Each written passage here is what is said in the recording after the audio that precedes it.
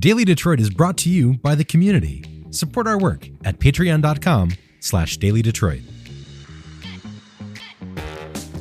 Hello and welcome to your Daily Detroit. It's Tuesday, January 14th, 2025. I am Jer Stays coming to you from our studio at Techtown. And today we're going to talk about the Detroit Auto Show. Had a chance to go check out some of the wares, and to help me do this, someone who attended the press days and is a long-time watcher of the automotive space, Eric Tritko on the line. Where are you coming from, Eric? Good to hear from you. Hey, Jared, great to hear from you again. Up my home in Royal Oak today, so. Yeah, the winter is keeping us apart, my friend. It is.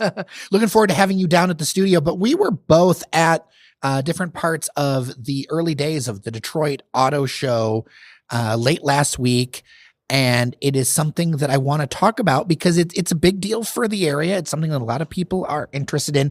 I think we should just start out with some of our initial thoughts about the layout, what's going on and everything, because I think this is an interesting show, but I've seen a lot of posts about this. And I feel like we really need to look at the Detroit Auto Show from here forward in a different way than we did, say, before the pandemic and even a few years before that, not just because of things in Detroit, but because of overall shifts in media and everything else. So why don't we kind of walk through that and set expectations for people? Yeah, I think first and foremost, it's a different show now, where everyone always here referred to it as the Detroit Auto Show, but it was technically the North American International Auto Show.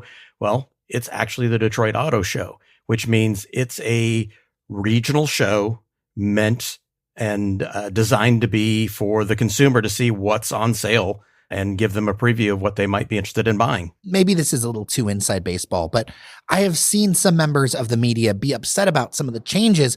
But I think that the auto show now, and we're going to get into it, kind of reflects that more consumer focus as opposed to being a media event with splashy reveals and Jeep Grand Cherokees busting through glass and stuff like that. Those things happen on social media and across the board now more than, say, like an in-person thing. At least that's my read. You're 100% correct. And this really even started the beginnings of it 10, 12 years ago. It's interesting to look through my Facebook memories feed and just look at all the different auto shows and look at how things were done. And, you know, it starts with some of the offsite stuff before the event even begins, reveals from, you know, whether it's Chevrolet, Mercedes, whoever. I mean, the list goes on. And you look at the number of press events we used to have to attend, you'd be jumping between 8, 10, 12, 14 a day. And back when media was 2 days, there were like 30 total events. And the OEMs want more coverage and longer lasting coverage from that. So they feel they can do private events or individual events with,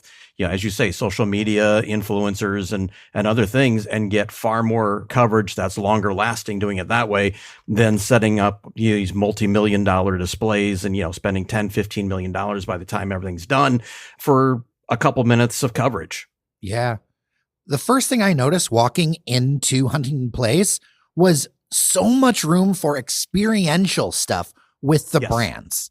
From a consumer standpoint, I think this is going to be great because both Stellantis and Ford have basically off-road tracks where you get to ride along in, you know, a Jeep or Gladiator for Stellantis, for the Broncos for Ford. And yeah, it's a nice little off-road track, gives you an idea of some of the capabilities, what's available. And then there's a couple areas where you can go for a ride along in some of the EVs and a couple even gas cars, but really get to experience what's possible and what's new with some of the EVs that are available. To give an idea of how much space there is for experience, when I went to a Ford preview event before the press days, there was the Mustang RTR, which is still under development. They still had the wrap.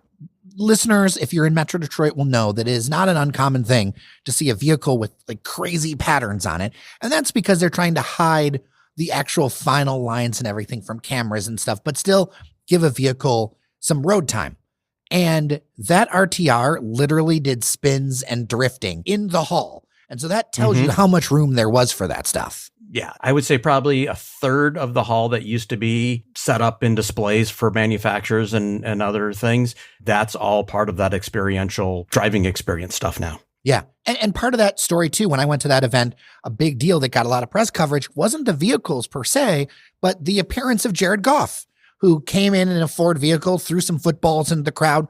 People went crazy. And when I looked at what really gained traction afterward, it was, oh, Jared Goff was here. And then, oh, by the way, there were some vehicles. And I saw a few things. It wasn't really like a reveal as much per se, but the Maverick Lobo, the Maverick's very popular. It's in a very good price point. I think some of the automakers are starting to see where like we need to offer some things at more friendly price points, all the way up to, your cars that are basically belong on a racetrack like a GTD.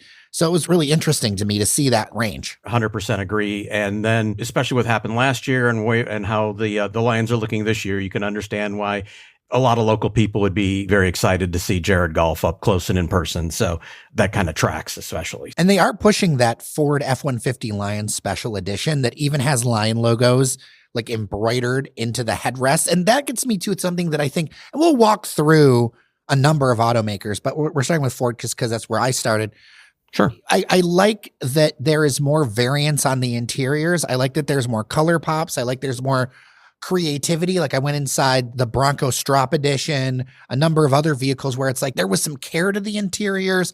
There's some color. There's some things. The Maverick Lobo actually has 3D printing plans you can get to 3D print your own organizers inside the vehicle. Just like really interesting stuff that is more creative than years past in my mind. I feel like there's a few brands doing that. Yeah. And I think this is what we're seeing is during the pandemic when we had all the supply issues and just production issues, they had to limit a lot of things, whether it was exterior colors, interior colors, materials, and all that. And now that we're out of that and sort of back into full bore production, we're starting to see that variety once again, and also as a way of differentiating vehicles from one another. And we're starting to see, and I'll talk about this and when we get to one of the other brands, much better and more interesting materials again, or contrasting materials, just to give vehicles a little bit of texture and style and interest. Why don't we do that and move over to Cadillac? I know that they had some things going on. I was struck by how large the Escalade is, that new version of the Escalade. But there's some interesting things happening over at General Motors, and that is something that is an important brand to a lot of people. Yeah, absolutely. So I would agree with you when I walked by that Escalade IQ, which is the EV version of the Escalade. I believe I'm correct on this when I say it's built on the same platform that the Hummer EV and the Sierra Silverado pickup trucks are. I believe that's correct. Someone will let us know if I'm not. But that's a very large platform, and just you stand next to it, and it's big. It's very complicated, but very luxurious as well. I can imagine that it's going to be very quiet driving down the road. The other Cadillac EV that I found more interesting was the Optique, which is their new smaller EV, sort of if you think XT4 of their current ICE platform-sized vehicles. Very well laid out, good interior room, lots of interior space. But more importantly for me, I mean, the general design language is pretty good, but the choice of materials and the design, and it's not just all about the big screens, it's about the texture and the materials that make it feel more luxurious, more special, and also they haven't abandoned all of the buttons, thankfully. Yeah, with these internal combustion engines and EVs, it's a pretty penny for some of these vehicles. And I think part of it is making sure that the value is provided, that if you're going to spend this kind of coin, that your experience is also top notch. And I think that's a way that interior experience is a way that they can do that without breaking the bank, completely as far as profitability. And I tell you, I love real buttons. I know that so many people are into screens. I don't know if it's a sign. I would love to hear from listeners, dailydetroit@gmail.com. I understand the point of a screen. I'm not anti-screen.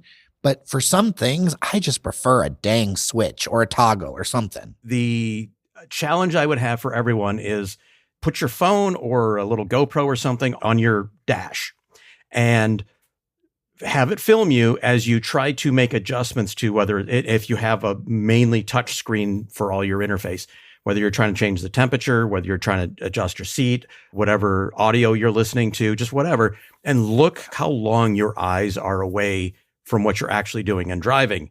Now, with buttons, it's a very tactile thing, and you learn what the buttons feel like and where they're laid out. And so you can keep your eyes on the road at that point. and still pay attention, but still accomplish what you want to do, or very quickly just glance and know you're right and then move on. So I would challenge people to try that. And I think they'd be shocked at the difference in time that their eyes are looking away from the road. Long story long, I agree with you. We'll talk about some more brands in a second. But one thing I wanted to highlight was a lot of this mixture of vehicles. Like some were really pushing more of the hybrid thing. Hybrid sales are definitely doing better. That was something that, we at Daily Detroit have kind of predicted for a while, that whether it's the plug-in hybrid or the pure engine hybrid, that would be something that a lot of people were interested in as a medium step. You saw some electric vehicles. I got some guff on social media for the fact that there weren't as many electric vehicles pushed. I'm going to talk about an electric vehicle I really liked. But the reality is you got to buy what people want. And although you've seen some increases in Lightning sales, they also stopped production for a while. You have to adjust to user demand, whatever your belief set is as far as the general world. At the end of the day, if you can't sell the car, it doesn't matter. That's 100% correct. And we've talked about this over the years. There is a mix and there is a good use case for EVs, but it's not the only answer and it's not the answer for everyone. And I think a 30 to 40% mix of EVs in general, I think is about right. And then we can throw in a version of hybrid, whether, again, as you say, it's just a straight hybrid or a plug-in hybrid. And then there are times where you need either gasoline or a diesel engine to accomplish things. And it's going to be a mix for a while. There's not a magic bullet that solves all of this. Why don't we talk a little bit about what's happening over in Stellantis land? Because I did come wandering through there and there was a smile brought to my face because I have a friend who dearly loves small cars. And I sent him pictures of every Fiat that was there, including they had and I like this touch of the show in general. They had some historic cars there. So they had a Fiat from the 60s, which is just the cutest little thing. I'm not sure I'd want to drive it more than 5 miles, but it's the cutest little thing. But let's talk about Stellantis's kind of presence in general. Yeah, the original Fiat 500 is an amazing little vehicle and packaging, and a bit like the original Mini. They are so small on the outside, but shockingly large on the inside. Now, and I'm not saying you want to get in an accident in one of those, but yeah, the difference in size between the current 500 and the original one's kind of interesting. I think some good things are happening over there. Obviously, everyone knows about the shakeup in management over there. I think that's going to inject some life. They are being honest about some of their pricing, and a lot of the stuff has been cut anywhere between $3,000 and $9,000. I think that's going to help a lot. And they have a couple, they're finally starting to refresh some of their stuff. The new Jeep Wagoneer S, which is delayed about a year, now just about to go on sale. I think that's exciting for them. That is a pure EV SUV. I think it's nicely done. And then, of course, the other big one is the Charger, which is going to be, Charger as an EV, but with a gas motor. It's the Challenger, right? I believe that's correct. That's a really interesting vehicle. Took a hard look at that when I was at the LA Auto Show. And where me as a hardcore love my horsepower and burning dino juice. I don't hate that car. In fact, I think the interior of that Charger is quite clever. And with the hatchback, it's got a ton of room in it in the back. So I think that's going to be quite good. And then a few other things that have been updated. I think Stellantis is, looking up. One thing that caught my eye, and Norris Howard joined me for this trip, is I was glad to see a concept car. And that concept car is not practical, but it's so futuristic. That's part of the things I love about auto shows. The Halcyon was fun. Yeah, the Halcyon. They showed it a while ago, but it's sort of been I don't say they tucked it away, but it was good to see that one back out. That was very beautiful. Then if we want to circle back to Cadillac, they also had the Velocity concept, which ended up winning the Eyes on Design award. So it was really good to see concept cars that are actual concept cars and not something like, this is going to be in production in 18 months. It's more, what can we do with styling? What would we love to do? But you might see elements of this in the future. So yeah, I think that's awesome that we actually saw a couple really cool concept cars this year. I like that the show looks to the future like that. And then also to the past. I mean, listen, I cannot tell you how exciting it was to see the Ferris Bueller's Day Off car, to see the National Lampoon station wagon. And listeners of the show will know that I'm like a weirdo who loves giant boat station wagons. And then also the Magnum PI vehicle, seeing those lined up, I was like, oh, that is, that's part of the fun of cars, the stuff that's famous for movies and things like that. Yeah, you make a great point. That is also one of the notes that I had for myself in here is that one of the ways that this is more of a consumer show is it's not just about the new metal. It's about paying tribute to the past or some things, a couple other vehicles that you might have seen at Autorama or something, which is the hot rod show, mixing it up a little bit just to create a little more interest, draw some more eyes to some things. So yeah, I agree. I think that that's a good mix to throw in there. Not only from the OEMs, like we talked about with Stellantis, but Haggerty, as you said, having that display. And then there was another group that had some things as well. So Velocity, I think, was the name of the group that had some old hot rod stuff as well. Yeah, I went into that section where there was just like a bucket load of Maybachs and McLarens, which was kind of fun. It's interesting because that was my least favorite part of the show. I know that people will like it. Yes. So here's the thing. I'm a McLaren guy, so I found it entertaining. Everything else, I felt the cars were too packed in together. It was like a little too much like a car lot. But I enjoyed getting to see McLarens, I don't know, in the polycarbonate or whatever. Yeah. No. And I think that's one of those things. I'm just jaded. Not that I see them all the time, but I see them here and there at different events and different things. But I would 100% agree with you. I think you nailed my main objection to it. Everything was jammed in like it was a car park, and most of the cars were dark in color. And I'm like, these are fun cars. They should be in fun colors. Like even a lot of the Ferraris were like black. I'm like, no.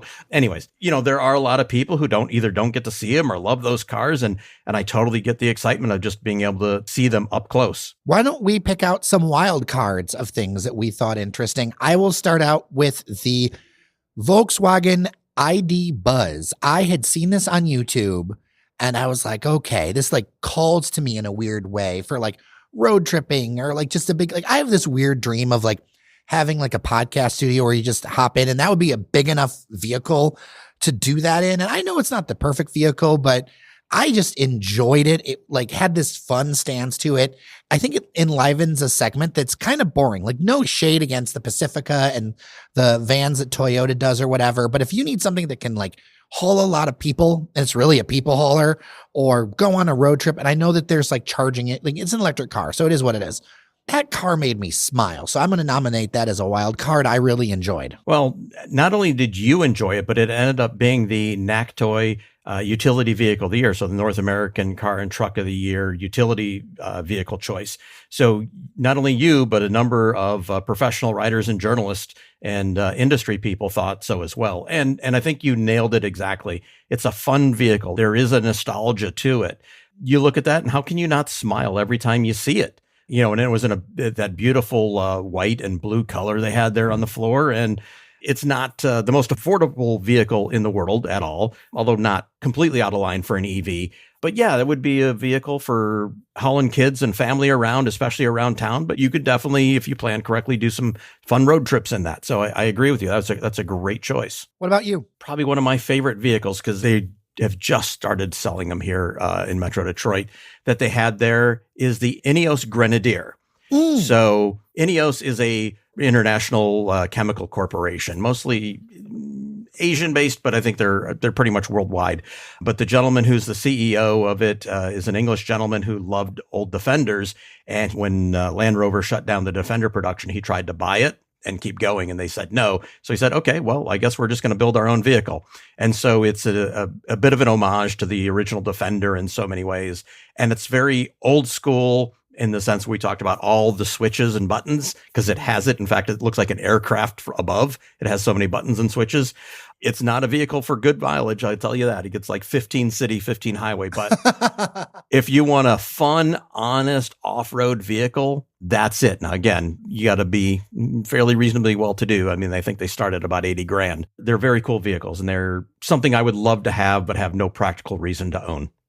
I think that's part of the fun of this. I know that we can talk about practical vehicles, and there will be practical shoppers out there. I know that, some people want us to give a try out of the Blazer AV and some other vehicles. And we can talk about those in the future. But part of the fun of like why you're going to plunk down your $20 for an adult ticket is, maybe you're interested in buying something, but also it's like that aspiration and then that like the art of it. I really, I got some great feedback from a listener talking about, design and Detroit being a center of design. And I love seeing so much of like more of the design side of cars. Like the reason I love old cars, there's a speed and everything. I love the art of them, just like I love the art of architecture. And so for me, I go to the show going, I know I might not buy this, but I enjoy seeing the art behind it. I agree with you on that. One last thing I wanted to point out is because we have talked about EVs, there was a large section set aside both between DTE and IBEW 58 for EV vehicle education or information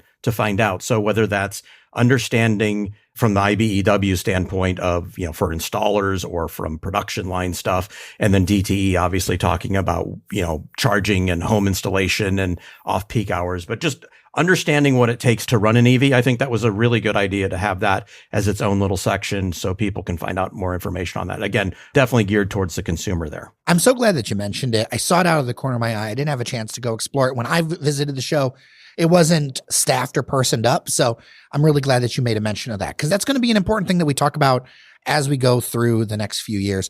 Eric Tritko, I really appreciate you. It's been a minute, but do not be a stranger. I think there's just so much that's interesting to talk about on so many angles when it comes to vehicles and transportation. And, if you want to check out the auto show yourself, tickets for adults are $20, seniors $12, kids $10. It's open now and runs through January 20th. So get on down to Huntington Place. Well, Eric Tritko, if people are looking for you, where can they find you? My social media presence is a little sparse these days just because I'm pretty busy, but on Instagram at Rumble Strip. I also have a personal website, which is Raoul Duke Media, where you can see all the other things that I do outside my day job as far as announcing, presentation, and on-camera work. Make sure to give him a follow. I will link to all of it in the show notes. Send him a DM or send us an email, dailydetroit@gmail.com. I'm sure, Eric, that you would be up for listening and answering the people's questions about vehicles and automotive. I think this is a conversation we should have ongoing in 2025. Yeah, please reach out to me. Just DM me on Instagram and happy to talk to people. Well, with that, I'm Jer Stays. Thank you so much for listening to your Daily Detroit. Remember that our members support us on Patreon, patreon.com/Daily Detroit. Local media requires local support to survive. That's just the math and the facts. And I appreciate each and every one of you. Until tomorrow, remember that you are somebody, and we'll see you around Detroit.